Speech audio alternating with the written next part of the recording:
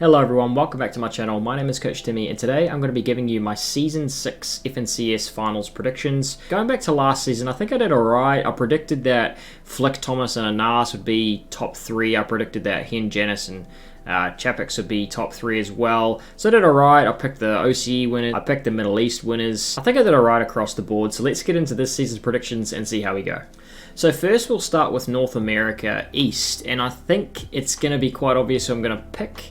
I'm actually going with Centered Commandment and Edgy this season. So last season I went with Bucky, Kanata and Macwood, essentially because of the way that they were able to change between roles constantly. And that's no different this season, but I just think it's about time that Centered Commandment and Edgy won their first FNCS. They've been falling short a few seasons in a row here, so it's about time that they grabbed the game by the scruff of the neck and went out there and won them their FNCS. I think they're going to be able to do that. I think they've got the drive and the competitive spirit to do that. But they've also, of course, got the best IGL. I think he's got there now. I think you could call Centered the best IGL in the world. Now that Zate's retired, I do believe he is at that stage. Him or Akram, I think, are battling for that. But I think he takes it over Bucky, Kanata and Macwood. Those two teams, I find them basically inseparable at this stage. So good at what they do. And then of course you've got teams like Acorn, Jark and Slacks. I don't think they're going to be able to do the back-to-back, not necessarily because they can't, but simply because it's so hard to do something back-to-back when you've got teams of this caliber all near you. In terms of the wild cards, so teams that I think you could see up in that top 3, I think DGen, Ages and Skittles have slid under the radar this season. They've had a crazy good season in terms of cash cup placements, and then if you watch them in scrims at all, you know that they do really well.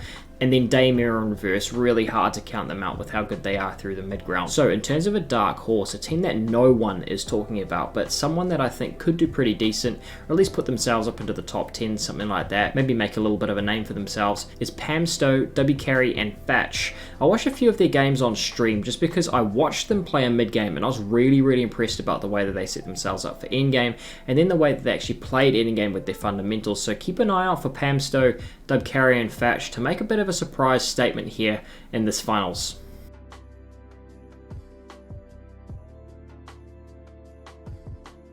Now, moving over to EU, I'm going to be picking Chapix, Hen and Janice to go back-to-back. And I know that's pretty crazy to say, but Chapix is just on another level at the moment. Talking about solos, and then Hen and Janice are two of the best players in the world right now. I don't think they can be unseated, but the other two teams that I've got up in the top 3 there with them are Andalex, Swayze and Xweez. I think these guys are actually one of the best trios in the world at the moment as well. Every time I look at them on stream, they're doing crazy good stuff. Every time I watch them play Cash Cups, they're good.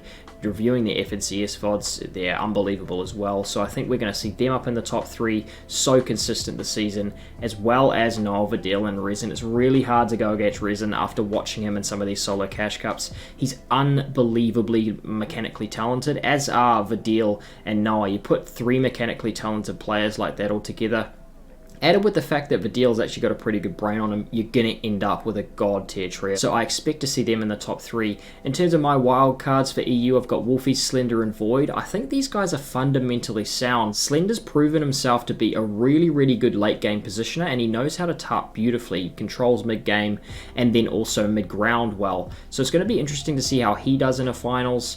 Wolfies and Void, two beautiful psychos, love to jump in the box and get their kills. And then in terms of a dark horse for this region, I'm expecting to see Kaiser, Flois and Hellfire do quite well. I don't think we've seen much talk about them, but they're one of the trios that I expect to do well. Not necessarily that they're, underrated or no one expects them to do well, but I just don't see much chatter about them because of all these, EU is so stacked, such a beautifully stacked region, so awesome to watch their games, that you kind of get these awesome trios like Flois, Hellfire and Kaiser getting drowned out in amongst all the other star talent that's around them. But keep an eye out for them to do some awesome stuff.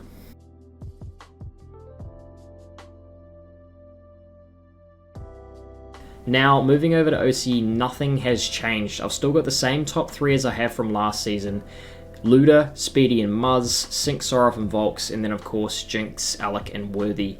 My wild cards, I shouldn't have to explain really why I've got those 3 teams up there. I think they're the best 3 teams in the region. I don't actually think it's necessarily close. I think there's a bit of a gap between them and the next couple of trios that I'm about to name here.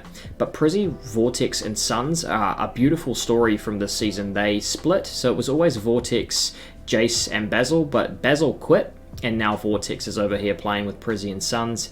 And Suns is one of those guys that's been sliding under the radar as one of the best team players in the game at the moment in the OC region. No one talks about him. No one mentions his name when it comes to best fraggers, best support in the region. No one even mentions or knows what he really does for the trio because OC doesn't get much coverage, but he has been unbelievably consistent for this team. He's always fragging out, and Prizzy's got to be probably the most underrated IGL, not just in the region, but in the world at the moment. He took this team to 5 out of 6 wins in their heat. It's unbelievable. It's unbelievable what he was able to do, and I think from here we're going to see them make a little bit of a name for themselves this season. I don't think they're going to place top 3. I think that's going to be basically owned by the 3 teams that I mentioned before, but I do expect to see them definitely up the top. Now with the dark horse, I don't think these guys are a dark horse because we know that they're top tier, but because the Twins took a break from FNCS and from competitive Fortnite last season, a lot of people counted them out. But what they forget and what they fail to notice is that a lot of the time they're still doing content, which means their mechanics, their aim is still getting trained, and they're also running a bunch of viewing parties, meaning that they get to stay up to date with all the current metas in terms of competitive, and from there they can basically learn how to play the game in the current meta without actually having to play it, much like you see in EU, where they don't have their own scrims, but they just have to watch NA play 6, 7, 8, 9, 10 games a day, watch some of the best streamers and learn from there. So I think we're going to see Twins and Nubatun, if they can control Nubatun, if the Twins know what they're doing at this current stage, which I believe they do, I think we're going to see them make a really good push for a top 5, even maybe, push themselves into a top 3 finish.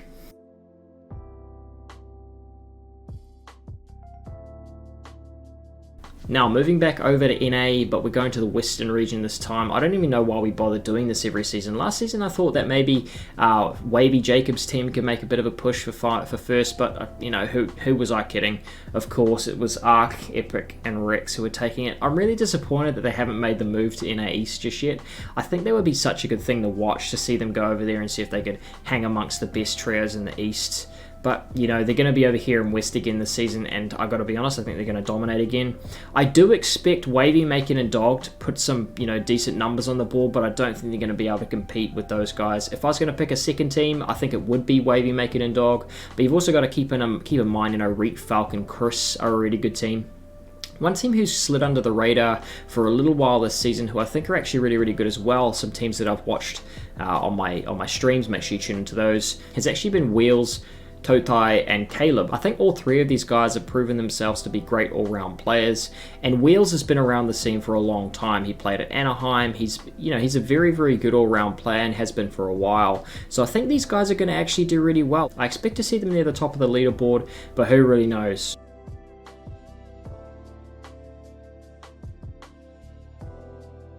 Now, I'm going to run over the next few regions pretty quickly because, unfortunately, with them being non-English speaking, I don't really see many streams. I don't really see many things outside of what I watch on VODs, and most of the time I'm doing VODs on East or EU on stream because that's unfortunately what pulls the most viewers. But when I'm talking about Asia, Brazil, and Middle East, the first teams that come to mind with Asia are Seek, Runam, and Isway. Now, these guys have been consistent all season. Seek is a ridiculous solo player. I expect to see him putting in a good showing here in FNCS as well. Another team that really strikes me as hugely talented is Ruri, Francisco, and Wildhawk. I coached Wildhawk not too long ago on a solo cash cup. Probably one of the most talented controller players in the region, if not the world. This guy is insanely good, and he's backed up by a couple of completely dominant fraggers as well. And then, of course, it's really hard to rule out the Russian trio, Fazy, Joyza, and their teammate. I actually got no idea how to say his name, but every time I watch them on stream, every time I watch them off stream, I see them doing really good things that make me think that they're going to do well. So I'll be keeping an eye out for those guys. Now, from Brazil, of course, it's hard to mention Brazil without talking about Kadu, Siun, and King. Now, of course, everyone knows King from World Cup, but he's training with some beautiful players here, Kato and Sian. I watched them a little bit on stream, not a huge amount, but I can't wait to see what these guys do. It's going to be awesome to watch. I'm going to be watching Blackout's viewing party. He always provides a good bit of entertainment, him or Thome. Franz, Kios, and King, another King. Yes, these guys are fantastic players as well. They've been really, really consistent all season. They didn't top 6 a qualifier until week 3, but we did see them get top 10 every week, so it's going to be interesting to see if they can put another consistent game together. She Shiko History seem to go under the radar a bit. They're the Fury team over there, of course, Fury based in Australia, so it's good to see OCM making its mark across the world. That's awesome to see. But yeah, Shiko and History seem to slide under the radar. They qualified first week, so they are probably a little bit out of practice in terms of those stacked FNCS style lobbies, but I expect to see them do well. They seem to be really consistent. They obviously know their fundamentals well, so it's just about performing on the day. And then my last team that I would want to talk about is actually Polga, Liquid Polga. He was really consistent across all the weeks and qualifiers. And the reason that I pick him as one of my favorites is because if you play that many games, you are going to have that FNCS style surge prac. And of course, I say it time and time again, FNCS Surge Prac is different to what you get in scrims, so putting it together in FNCS style lobbies is really important, and he has done that. He's got 8th, 5th, and then 12th in all 3 of the quals, and then in the heat that they played, they got 3rd, so he's had lots of prac at a high level, and he's done well consistently at a high level, so I expect to see Liquid Polga's trio doing well as well. Now as we move over to the final region, we're talking about Middle East. Unfortunately, I'm not hugely up to date with Middle East. I don't know where Kuki and Niall stand, the current champs. I'm not too sure how the others stand, but I trust in a few of these players to be top tier all the time. And of course, it's always the same trios.